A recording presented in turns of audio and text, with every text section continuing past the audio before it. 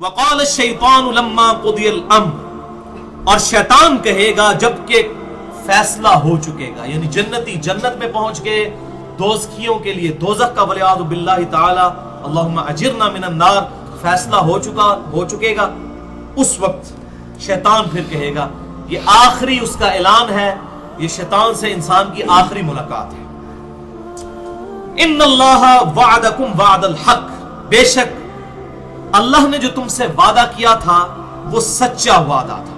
کیا وعدہ تھا؟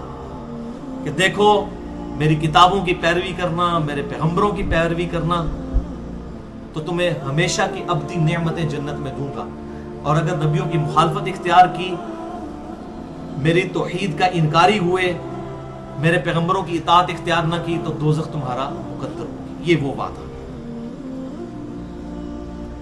وَوَعَدْتُكُمْ، اور دیکھو میں نے بھی تم سے ایک وعدہ دنیا میں کیا تھا، فَأَخْلَفْتُكُمْ، آج میں اپنے وعدے کا خلاف کرتا ہوں۔ میں نے وعدہ کیا کیا تھا؟ شیطان کوئی سامنے آ کے کسی کو وعدہ کروائے، کوئی بیوقوف ہے کہ اس کے وعدے کے اوپر چلے گا؟ شیطان کی بات کس نے ماننی ہے؟ یہ وعدہ ہے جو دل میں شیطان بڑی لمبی لمبی امیدیں دلا دیتا ہے، طول عمل۔ یا اللہ جو کچھ بھی ہے تیرے محبوب کی امت سے ہے، چور ہیں، بے ایمان ہیں، ٹھگ ہیں، بے نمازی ہیں، حرام خور ہیں، جو کچھ بھی ہے یا اللہ سیدھے بندے دا پتر کو نہیں پڑھنا، جو کچھ بھی ہے تیرے محبوب کی امت سے ہے۔ یہ طول عمل کہ ہم نے تو اپنے اصلاح نہیں کرنی، ہمیں محبوب صلی اللہ علیہ وسلم کی نسبت کی وجہ سے چھوڑ دیں۔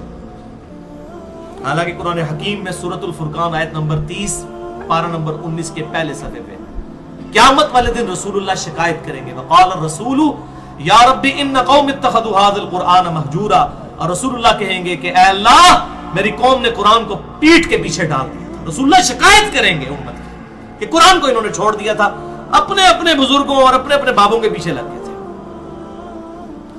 تو اگر اللہ کے محبوب صلی اللہ علیہ وسلم نے شکایت کر دی تو شفاعت کے لیے پھر کس کے در پہ جائیں گے؟ تو یہ تو ہمیں سب نے بتایا شفاعت ہوگی، شکایت بھی ہوگی، یہ بڑا سینسٹیو معاملہ ہے۔ یہ چیز کہ کچھ بھی ہے تیرے محبوب کی امت سے ہے، یہ ابو بکر، عمر، عثمان و علی رضی اللہ عنہ مجمعین کو نہیں پتا تھا؟ ان کو تو ایک مجلس میں جنت کی بشارت بھی ملی ہوئی تھی، تو کیا ان کا ایٹیچیوڈ بدل گیا تھا؟ تو یہ جو شیطان اس طرح کی امیدیں دلاتا ہے نا، اللہ تعالیٰ بڑا غفور رحیم ہے، معاف فرمانے والا ہے، اور غلط رحمت کی امید دلائی جاتی ہے اس کی نافرمانی کی بنیاد کے اوپر، یہ بالکل الگ چیز ہے۔ وہ رحمت بخاری اور مسلم کی متفق علیہ حدیث ہے، کوئی شخص محض اپنے اعمال کی بنیاد پر جنت میں داخل نہیں ہو سکے گا۔ ایک صحابی نے عرض کیا اللہ کے محبوب کیا آپ بھی؟ صلی اللہ علیہ وسلم بڑی جرأت کی، آپ نے فرمایا ہاں میں بھی، جب تک میرے رب کی رحمت مجھے ڈھانپ نہ لے میں بھی محض اپنے اعمال کی بنیاد پر جنت میں داخل نہیں ہو سکتا۔ تو رحمت کی تو سب کو ضرورت ہے، چاہے کوئی نیک ہے یا برا ہے، رحمت کا اس کے ساتھ کوئی تعلق ہی نہیں ہے کہ انسان اللہ تعالیٰ کا باغی ہو جائے، کیونکہ انسان جتنا بھی نیک ہو وہ اس کی عبادت کا حق تو نہیں ادا کر سکتا، کمزوریاں کچھ نہ کچھ تو رہ جاتی ہیں، چھوٹی موٹی غلطیاں انسان سے ہو جاتی ہیں، بحیثیت انسان اپنی پوری کوشش کرتے ہیں، پھر جو غلطیوں کی کمپنسیشن اللہ کی رحمت اور اس کے محبوب صلی اللہ علیہ وسلم کی شفاعت سے ہو جائے گی انشاءاللہ۔ تو شیطان کہے گا فَأَخْلَفْتُكُمْ، تو آج میں اس کی مخالفت کرتا ہوں، وَمَا كَانَ لِي عَلَيْكُمْ مِنْ سُلْطَانٍ، اور دیکھو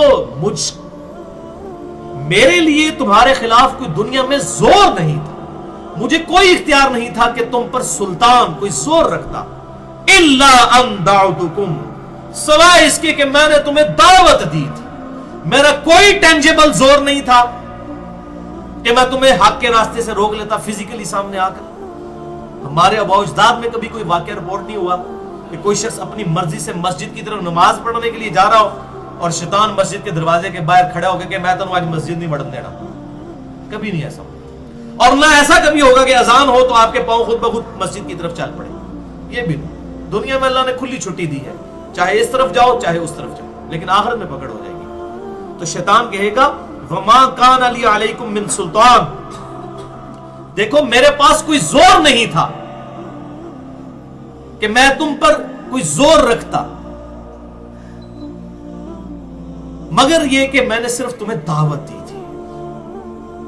تھی، اور دعوت تو مؤذن بھی دے رہا تھا، حی علی الصلاح حی علی الفلاح، دعوت تو کتنے لوگ دنیا میں کہہ رہے تھے کہ قرآن کی طرف آ جاؤ، ان کو چھوڑ دو، اپنی ریتوں کو چھوڑ کر اللہ کے محبوب صلی اللہ علیہ وسلم کے مبارک قدموں تک پہنچ جاؤ، تو دعوت تو پیغمبروں کے ماننے والے بھی دے رہے تھے، شیطان بھی دے رہا تھا. فاستجبتم لی، پس تم نے میری دعوت قبول کر لی. بس یہ فرق تھا، کوئی ٹینجیبل زور نہیں تھا. دعوت دی تم نے قبول کر لی، پیغمبروں کی نہیں مانی، ان کی طرف بلانے والوں کی نہیں مانی. فلا تلومونی ولوموا انفسکم، تو آج مت ملامت کرو مجھے، ملامت کرو اپنی جانوں. شیطان بالکل بری ہو جائے گا. آج اپنی جان نو رو، جب پنجابی کہتے ہیں نا اپنی جان نو رو، منو نہ رو، ملامت کر اپنی جان کو. آج مجھے مت ملامت کر. ما انا بمصرخکم، نہ میں آج تیری کوئی فریاد سن سکتا ہوں. وما انتم بمصرخی، نہ تم لوگ اے دوستیوں میری فریاد کو پہنچ سکتے ہو. میں بھی دوزخ میں تمہیں ورگلا کر، اور تم میری اس دعوت میں آ کر، یہ نہیں ہے کہ تمہیں کوئی لیم ایکسکیوز دے گی اللہ شیطان نے لگاتا سی، میں ارادہ نہیں سی، شیطان نے اس پاس لاتا نہ، یہ کوئی لیم ایکسکیوز اللہ کے حضور نہیں ہوگا. انی کفرت بما اشرکتمونی من قبل، بے شک میں کفر کرتا ہوں، انکار کرتا ہوں اس چیز کا جو آج سے پہلے تم مجھے اللہ کے مقابلے پر ٹھہرایا کرتے تھے. ان الظالمین لهم عذاب علیم، بے شک ظالموں کے لیے دردناک عذاب ہے. والعیاذ باللہ تعالی. یہ شیطان کا ویسے بہانہ ہی ہوتا ہے. میں نے ایک پورا ڈیٹیل لیکچر دیا ہے شیطان کے حوالے سے، 2 گھنٹے کا. مسئلہ نمبر 79، اللہ، انسان اور شیطان. یہ ٹرائنگل ہی بنتی ہے نا، اللہ، انسان اور شیطان. مسئلہ نمبر 79، اس میں کراس ریفرنس کے طور پر قصہ آدم اور ابلیس کے بارے میں جتنی آیات، شیطان کی جتنی چالیں ہیں قرآن حکیم سے، وہ میں نے کراس ریفرنس کے طور پر آیات اور احادیث پیش کی ہیں. اس میں میں نے ایک جملہ بولا تھا، بھائیو یہ صرف ہمارا بہانہ ہوتا ہے. مجھے آپ ذرا بتائیے، اگر گورنمنٹ آف پاکستان یہ اناؤنسمنٹ کرے کہ کل جو شخص فجر کی نماز مسجد میں جماعت کے ساتھ پہلی صف میں ادا کرے گا اسے 10,000 روپیہ دیا جائے گا، دوسری صف والے کو 5,000 روپیہ، تیسری صف والے کو 3,000 روپیہ، تو میں کہتا ہوں دنیا کے سارے شیطان مل کرنا انسانوں میں جو سب سے بڑا شیطان ہے اس کو بھی فجر کی نماز پڑھنے سے نہیں روک سکیں گے، کیونکہ دنیا نقد ہے، آخرت ادھار ہے. آپ دیکھ لیں رات کو نیند ہی نہیں پڑے گی. ایسے ایسے لوگ جن کو صبح آنکھ ہی نہیں کھلتی، لیکن ان کو جب ہمارے آفیسز میں لوگوں کے جب انٹرنیشنل ٹورز ہوتے ہیں نا تو وہ اکثر کو 3-4 بجے فلائٹ ہوتی ہے، وہ پہنچتے ہیں جناب، کوئی پرابلم ہی نہیں ہوتی. یہ پرابلم جو ہے تو یہ اس لیے آتے ہیں کہ ہم سیریس نہیں ہیں اللہ کے لیے. اگر سیریس ہو تو کوئی پرابلم ہی نہ آئے. یہ ہم نے اپنے آپ کو خود دھوکہ دیا ہوا ہوتا ہے، شیطان نے کروا دیا، وہ مجبوری ہے جی، یہ بھی تو کرنا تھا، یہ بھی کرنا تھا، وہ بھی کرنا تھا.